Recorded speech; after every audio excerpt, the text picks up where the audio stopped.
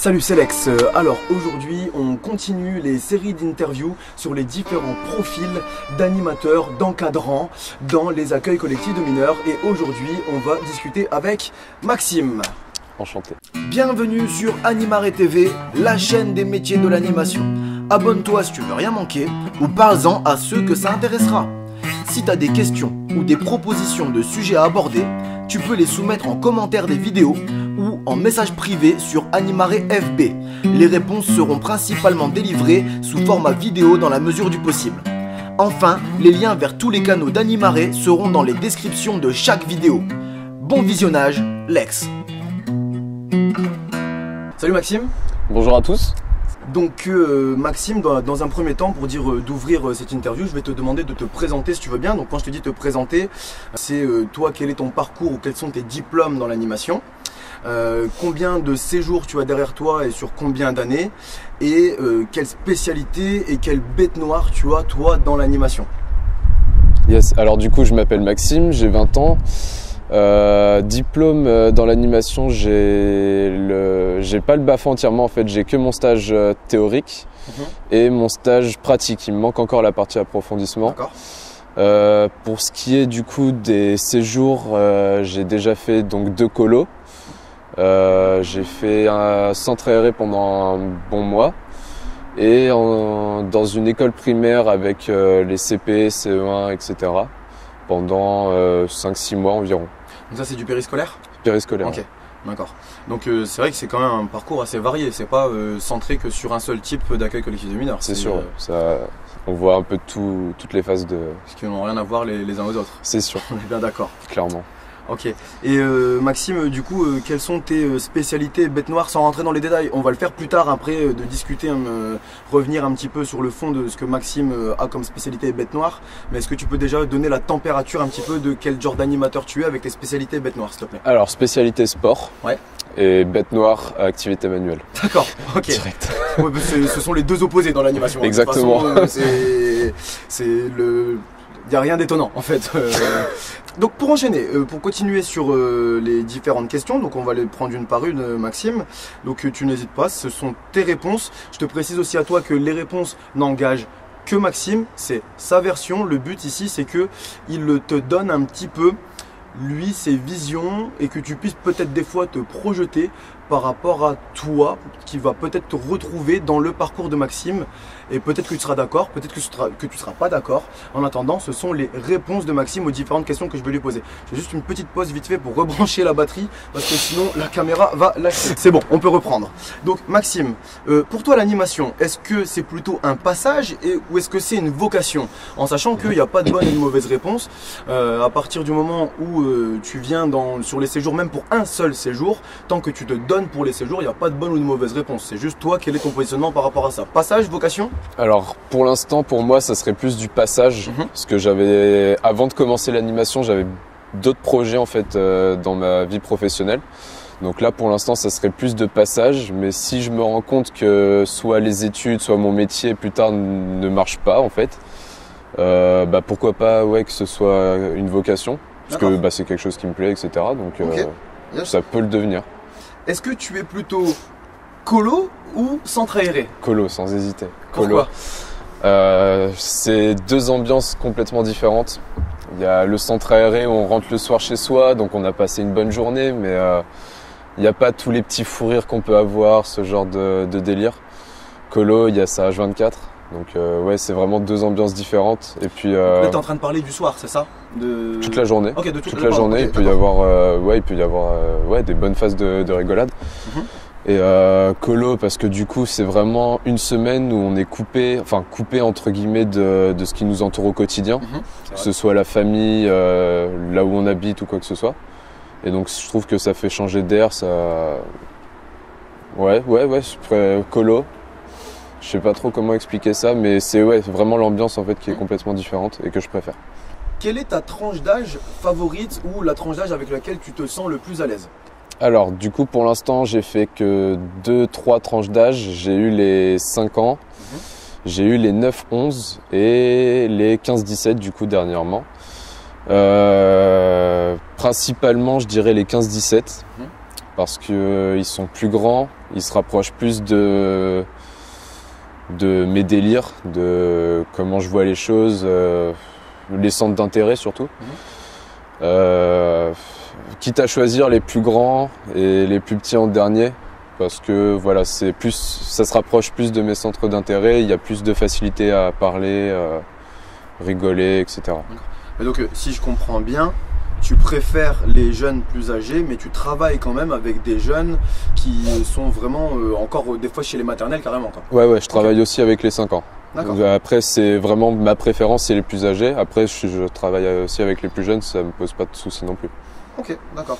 Donc là ici, on va revenir un petit peu sur ce que tu nous disais tout à l'heure. Donc toi, tu nous disais, si je dis pas de bêtises, que tes spécialités et bête noire, c'était le sport d'un côté, les activités à dominante sportive, et après, en opposition, les activités manuelles. Si tu veux bien, on va revenir d'abord sur ta spécialité. Et c'est comment est-ce que tu abordes ta spécialité auprès de tes différents publics? Et pour ça, est-ce que tu as des techniques? Est-ce qu'il y a une prépa particulière? Est-ce que tu as des astuces, des secrets, des hacks, des tips, un petit peu comment est-ce que toi tu abordes ça avec ton public? Alors du coup, pour le sport, la plupart du temps je fonctionne avec un tout petit peu de préparation, pas beaucoup, mais au moins tout ce qui va être plot, ballon, etc. Le matos? Le matos, ouais, avoir du matos assez varié. Prépa, après, sport, je touche à tout. Ouais, donc, Maxime est très polyvalent et c'est vraiment un sportif dans l'âme en fait. C'est-à-dire que non, mais sérieusement, c'est dans toutes les disciplines sportives, il s'en sort et plutôt pas mal. Il y a des personnes comme ça qui arrivent à pas forcément exceller, mais à réussir à toucher sa bille dans n'importe quel sport.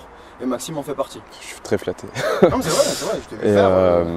Et donc, vu que je touche un petit peu à tout, je préfère prendre beaucoup de matos entre guillemets pour ensuite pouvoir proposer plusieurs activités.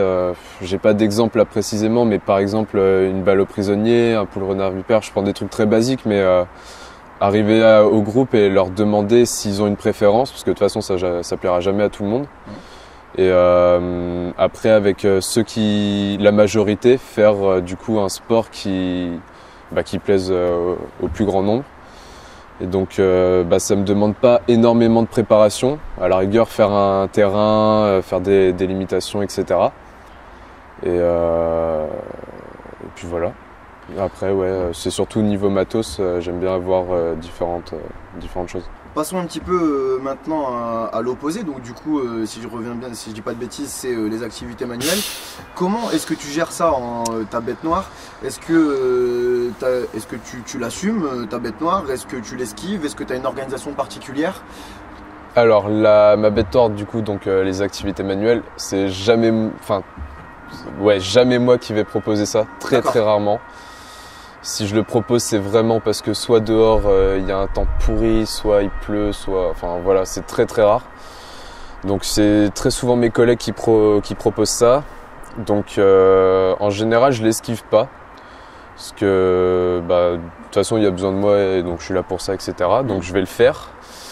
Je vais faire de mon mieux, comme d'hab. Et je vais vraiment essayer de faire au mieux, soit aider, soit montrer comment faire, même si je suis vraiment pas bon.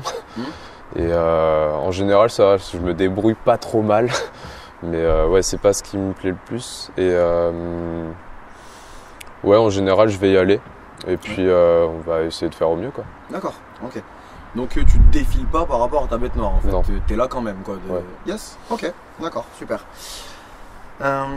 Question suivante, Maxime. On va revenir un petit peu sur quelque chose d'un petit peu plus généraliste ou pas, ça va dépendre de ta réponse en fait. Pour toi, qu'est-ce qu'un bon anime? Et après, juste derrière, qu'est-ce qu'un mauvais anime selon toi? Tu commences par celui que tu veux. Alors je vais commencer par le mauvais, du coup.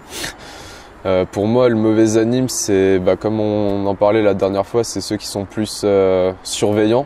Ouais.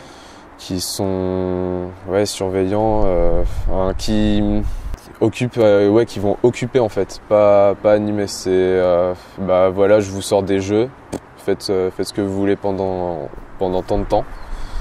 Ça pour moi c'est pas de l'animation, quoi. Pourquoi? parce que l'animation du coup, comme tu m'as expliqué, c'est donner vie, etc. Et en passant des jeux, en fait, premièrement, on n'apprend rien. Deuxièmement, je pense que je prends l'exemple du centre aéré. Quand tu as sorti les Lego 3 fois, les gamins, ils en ont ras-le-bol. Ouais, ils demandent du nouveau et c'est pas en sortant des jeux, en occupant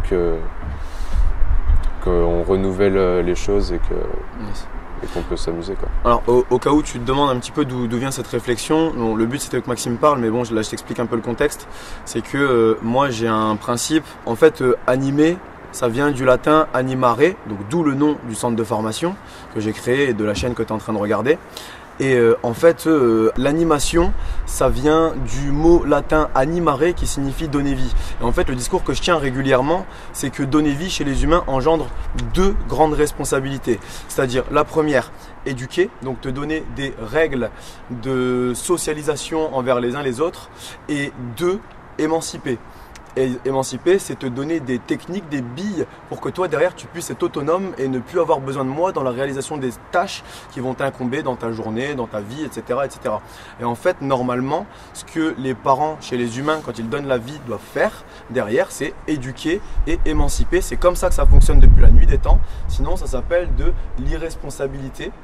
Volontaire ou non, c'est pas là la question, mais donc ce qui veut dire que dans ma conception, un animateur doit à la fois éduquer et émanciper, sinon ce n'est pas un animateur, c'est un minima, un occupateur, voire un surveillant, voire encore pire, un irresponsable.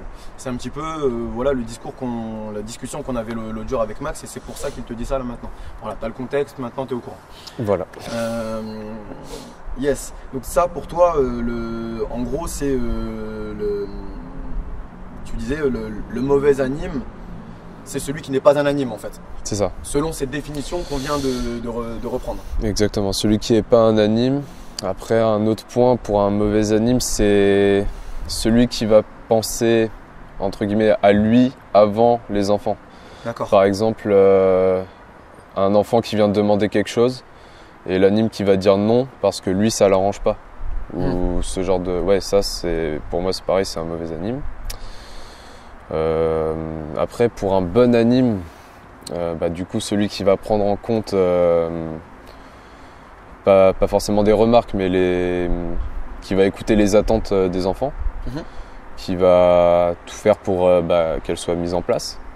Ouais, bon anime, après ouais c'est vaste. Oui, c'est très large. C'est très large. C'est très large comme question. Non mais c'est bien, c'est déjà bien d'être à l'écoute être à l'écoute des jeunes, c'est déjà une bonne chose, hein. C'est déjà pas mal. En tout cas ouais, qui va faire son maximum et comme tu disais, qui va éduquer, émanciper, c'est deux points principaux. Puis ouais, qui va faire son maximum pour que les enfants s'amusent, quoi. Et du coup dans la continuité de cette question, toi, Max, quelles sont tes qualités et tes défauts d'anime? Alors, une des qualités que j'ai qui est plutôt bien, c'est l'intégration avec les jeunes. D'accord. Est-ce que tu peux développer un peu ça? Ouais, par exemple, là avec les 15-17, pouvoir parler avec chacun, rigoler avec chacun, qu'il n'y en ait pas, qu'il soit pas en mode lui je l'aime pas trop ou quoi que ce soit.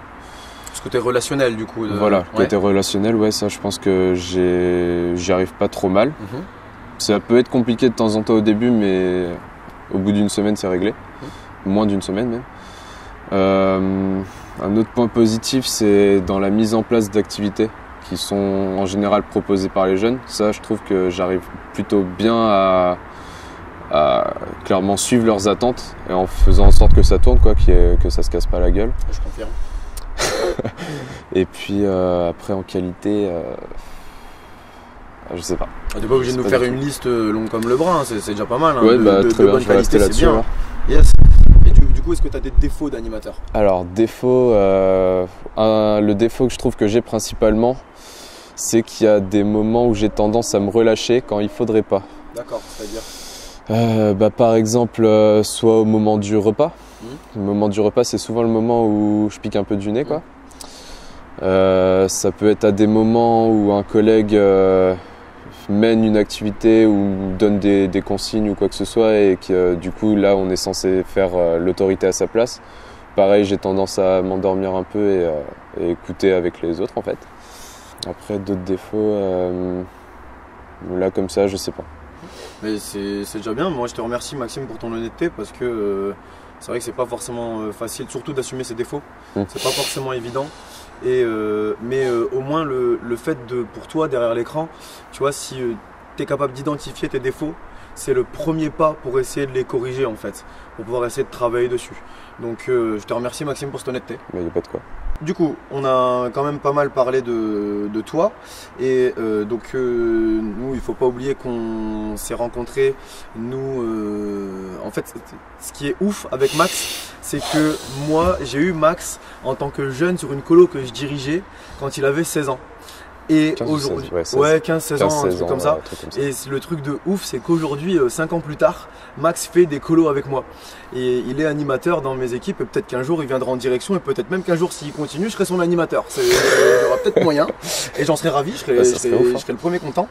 Et donc, en fait, du coup, si je dis pas de bêtises, toi, donc ça remonte à loin la première fois qu'on s'est rencontrés quand tu étais jeune, mais tu as vécu 3 séjours avec un projet pédagogique Animaré. C'est bien ça?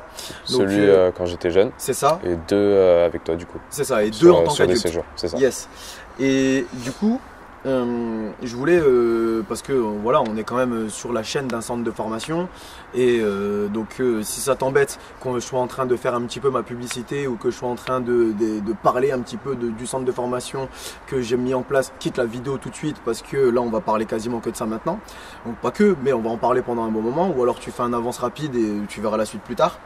En attendant, Maxime, quel est ton rapport à ces projets pédagogiques et aux méthodes qui sont véhiculées dedans? Simplement, après on va rentrer dans les détails après. Alors les méthodes véhiculées, du coup, je suis tout le temps d'accord avec. En fait, c'est vraiment des points de vue que j'apprécie particulièrement. Je sais qu'en tant que jeune, c'est pareil, je les avais vraiment aimés. Et puis en grandissant, ça n'a pas changé. Ouais, vraiment. Il n'y a pas de choses en fait qui me déplaisent ou quoi que ce soit. C'est que des choses que je pense. Malgré les évolutions dont on discutait, malgré les évolutions, le fait que j'ai révisé certains points de vue. Exactement, ouais. Malgré les évolutions, que ce soit du coup de ton côté ou du mien. Ça me plaît toujours autant. Il n'y a pas de choses qui m'embêtent ou quoi que ce soit. Donc c'est une très bonne, pour moi, une très bonne vision des choses. En fait, les principes de fond restent globalement les mêmes.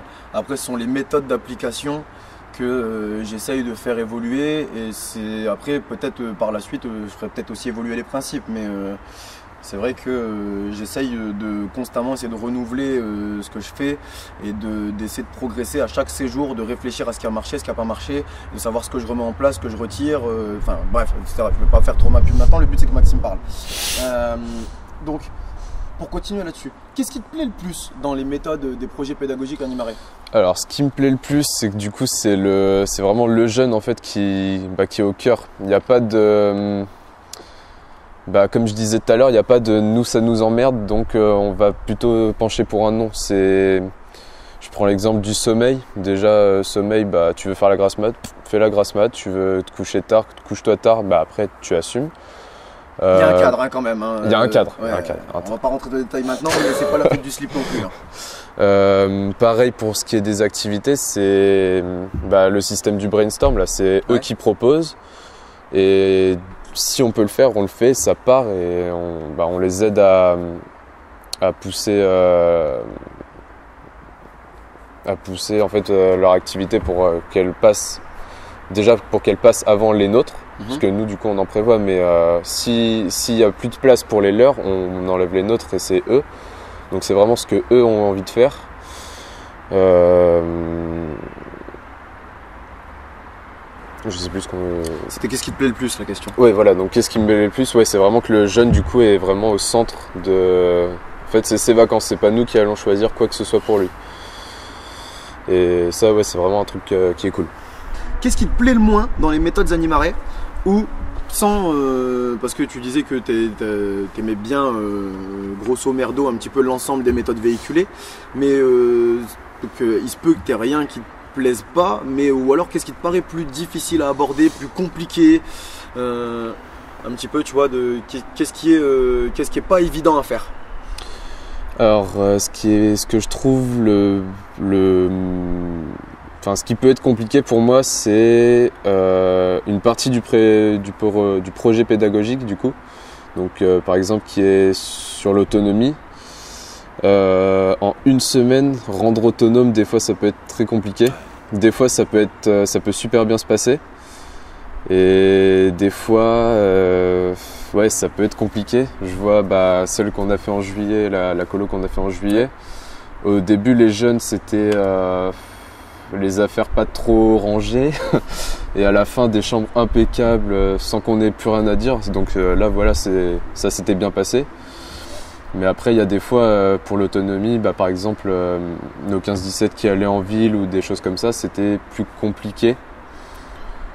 Après, en une semaine, c'est normal, on peut pas non plus tout Pourquoi changer. C'est compliqué les 15-17 en ville? Pour l'autonomie, pour tout ce qui est repérage dans des grandes villes comme Bruxelles, etc. Parce que du coup, l'autonomie, c'est aussi pouvoir se déplacer tout seul, quoi. Donc, dans des grandes villes comme Bruxelles, des fois, c'était plus compliqué. Mais voilà, c'est la seule chose qui me paraît plus difficile avec ça. En fait, est-ce que je comprends, moi ce que je comprends, ce que tu veux dire par là, c'est que travailler l'autonomie, ça demande quand même une certaine organisation. C'est pas évident. Ouais. Est-ce que c'est ça le message de fond ou est-ce que je suis à côté? Déjà une certaine organisation, ouais. Et quand même du travail parce qu'il faut être derrière et il faut pas lâcher, faut pas relâcher. Donc c'est du travail. Ouais. Et une belle organisation aussi. Yes. C'est sûr. Une phrase que je répète souvent, c'est autonomie du jeune ne veut pas dire abandon de l'adulte. On est là pour t'accompagner en fait. Bon, je suis déjà revenu, mais je reviendrai en détail là-dessus sur d'autres vidéos. Mais oui, je comprends ton ressenti, Maxime. C'est vrai que c'est pas forcément évident. Des fois, c'est plus simple de tout faire à leur place, de tout gérer, de tout cadrer. Ouais. Voilà. Et ça, c'est du travail, mais au moins c'est notre travail. On sait qu'on va le faire et c'est ça. Bon. Alors que du coup, quand faut accompagner, faut pas penser tout seul. C'est ça. Et c'est ça qui demande du boulot. Voilà. C'est ça, ouais. Tout à fait d'accord avec toi. Maintenant, par rapport justement aux méthodes Animaré, les projets pédagogiques qui sont mis en place sur les séjours Animaré, qu'est-ce que tu retiens? Si tu devais résumer un petit peu, qu'est-ce que toi t'en retiens de ces séjours? Alors ces séjours, ce que j'en retiens, déjà, ce qui est le plus concret, c'est le sourire des jeunes. C'est vraiment le meilleur point de repère, savoir si c'était bien ou pas. Que ce soit au début de la colo, au milieu, à la fin, quand ils partent, etc. Qu'est-ce que j'en retiens? Du coup, c'est quand même du boulot. C'est sûr que faut pas faire la sieste pendant les repas, par exemple. Mais quand ça marche, c'est vraiment super agréable, quoi. C'est sûr que c'est une bête de satisfaction. Yes. Question suivante, tu voulais aborder un sujet polémique de l'animation et si je dis pas de bêtises, toi tu voulais discuter de l'opposition, un petit peu les deux courants, planning, pas de planning. C'est bien ça? Ouais, c'est ça. Vas-y, qu'est-ce que tu veux dire là-dessus? Du coup, ça c'est un truc qui revient souvent. Moi, je pense que, pour moi, il faudrait pas qu'il y ait un planning prédéfini avant. D'accord. Tout simplement parce que des fois, nous on va se dire ça va être lourd et en fait les gamins ils en ont rien à faire, clairement. C'est le système que j'avais au centre aéré du coup. D'ailleurs, j'étais pas trop pour, mais bon, voilà. on fera avec. Et donc les plannings étaient faits 1 mois, 2 mois à l'avance.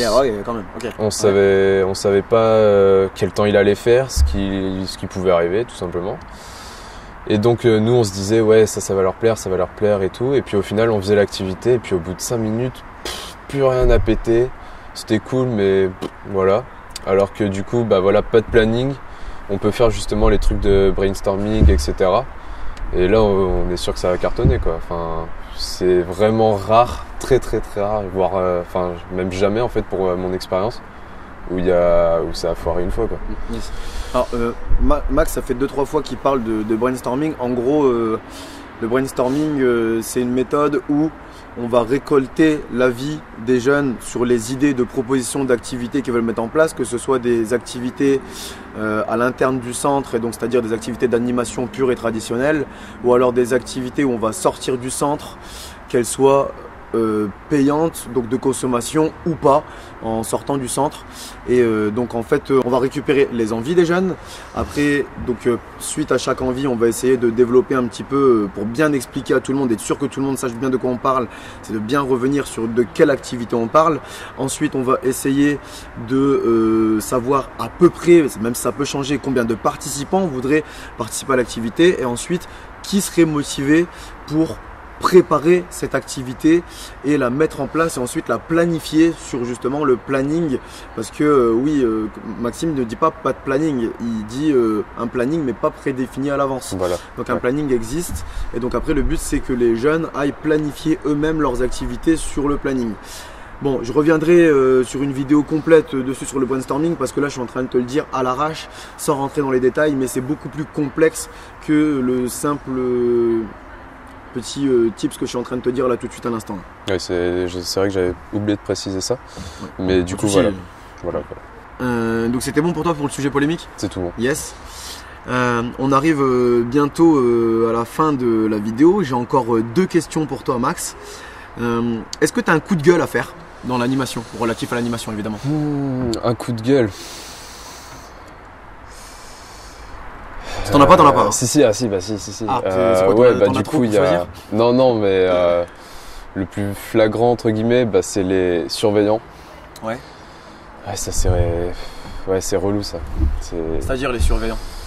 Et allez jouer dehors, on vous surveille. Faites ce que vous voulez. Vous voulez faire un chat, faites un chat. Et moi, je vais aller discuter avec mon collègue pendant 1 heure. D'accord. Ouais, okay. Ça c'est un truc. Ouais, ça c'est. Ok, pourquoi? Sujet sensible. Ouais. Et pourquoi? Parce que toi, tu te retrouves dans quelle position à ce moment-là? Qu'est-ce que tu fais à ce moment-là qui fait que tu l'as en travers de la gorge? Alors là, du coup, je parle en vécu. Ouais. C'est que du coup, les enfants allaient jouer dehors. Faites ce que vous voulez. Donc moi, je vais dehors avec eux. Et à ce moment-là, en plus, j'avais proposé une activité vraiment toute bête. C'était une sorte de chat, mais un peu amélioré, où on pouvait être plus nombreux pour éviter que du coup il y en ait qui se fassent pas courir après ou des choses comme ça. Et au bout d'un moment, je vois, donc c'était dans le centre aéré en fait. Donc il y a tous les 5 ans qui sont réunis et les tranches d'âge au-dessus. Et donc au bout d'un moment, donc moi j'étais censé avoir que le groupe des 5 ans. Et au bout d'un moment, tous les 9, 11 et ceux en dessous qui viennent me voir, ouais Max, on peut se rajouter au jeu? Ouais, on peut se rajouter au jeu? Ouais, il y a moi, je joue aussi. Bah ouais, vas-y, viens, de toute façon, t'as que ça à faire, tu vois. Et donc là, je tourne la tête et je vois 1, 2, 3, 4, 5, 6, 7, 8 animes en train de discuter. Et donc là, t'es là en mode... Bon. Bah ouais, venez jouer du coup, ouais. Voilà.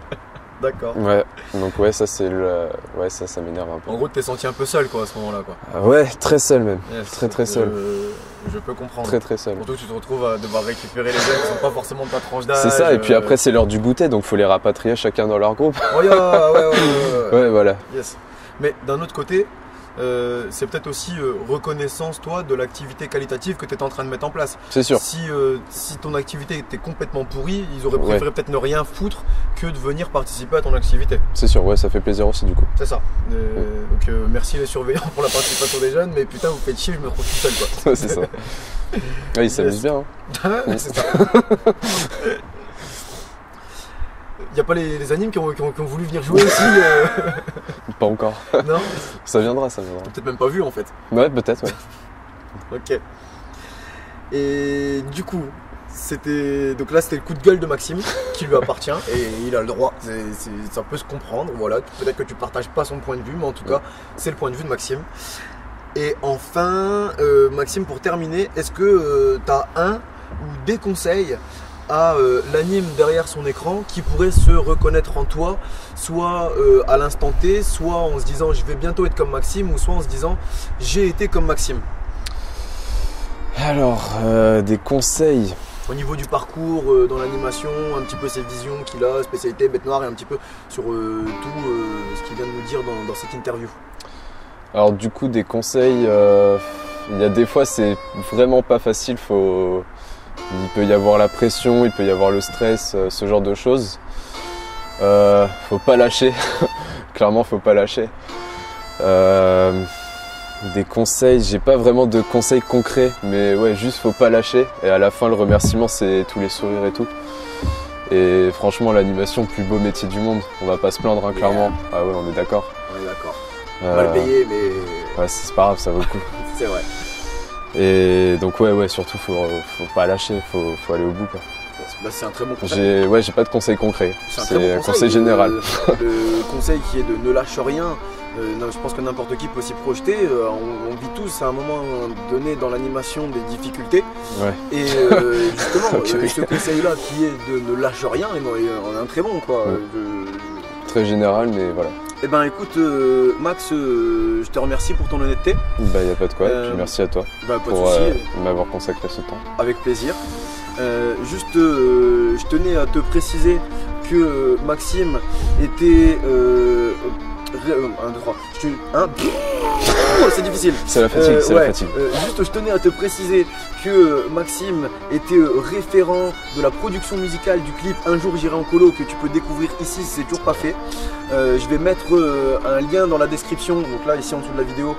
Si jamais tu as apprécié la production sonore et que tu voudrais contacter Maxime pour X ou Y raison, ne serait-ce que peut-être des conseils, peut-être même que toi tu serais intéressé de voir si Maxime pourrait proposer quelque chose, que ce soit à distance ou physiquement. T'es de Tours, toi, c'est ça? Tours. À peu près. C'est ça. Enfin voilà, et du coup je vais mettre son lien dans la description. Je vais mettre dans la description un moyen de le contacter. Voilà, putain, j'ai du mal. C'est la fatigue. On sort de colo là, ouais. c'est parti tout à l'heure, là ça y est, la pression le redescend. Voilà quoi.